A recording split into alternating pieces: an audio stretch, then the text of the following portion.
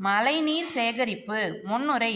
மழை பெய்யும் காலத்தில் மழைநீரை வீணாக்காமல் சேமித்து பயன்படுத்துவதே மழைநீர் சேகரிப்பு ஆகும். அதனை பற்றி இக்கட்டுரையில் காண்போம்.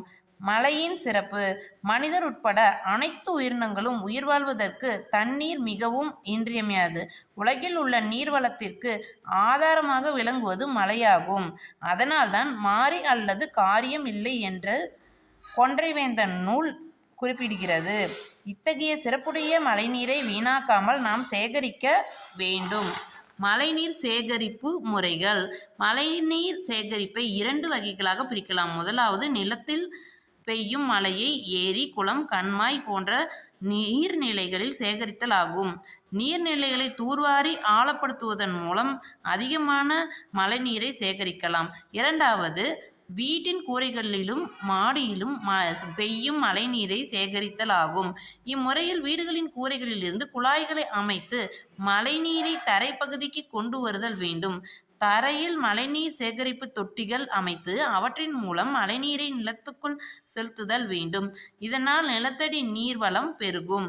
நமது கடமை. மழைநீர் உயிர்நீர் என்னும் பழமொழிக்கேற்ப மழைநீரே நம்மை வாழ வைக்கிறது என்பதை உணர வேண்டும். மழைநீரை வீணாக்காமல் சேகரித்து பயன்படுத்துவதை நமது கடமையாக கொள்ள வேண்டும். முடிவுரை. இக்கட்டுரையின் மூலம் மழைநீர் சேகரிப்பை பற்றி அறிந்தோம். நாமும் மழைநீரை சேகரிப்போம். பூமியின் நீர்வளத்தை காப்போம். கட்டுரையாக எழுது. இயற்கையை காப்போம். தொடர்களை பிரித்து 2 தொடர்களாக எழுதுக. எடுத்துக்காட்டு: பல நாட்களாக மழை பெய்யாததால் பயிர்கள் வாடின. விடை: பல நாட்களாக மழை பெய்யவில்லை, பயிர்கள் வாடின. கபிலன் வேலை செய்ததால் களைப்பாக இருக்கிறான்.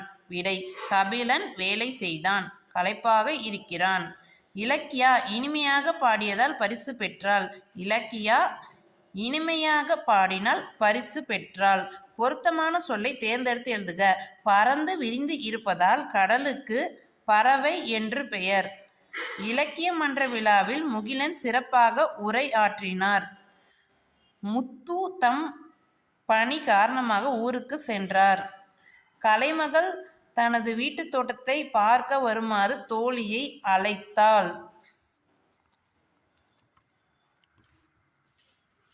வரிசை மாறி உள்ள சொற்களை சரியான வரிசையில் அமைத்து எழுதுக.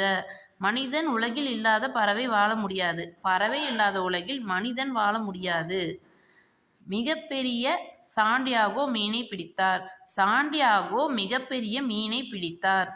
மனிதர் இந்தியாவின் டாக்டர் சலீம் அலி பறவை. டாக்டர் சலீம்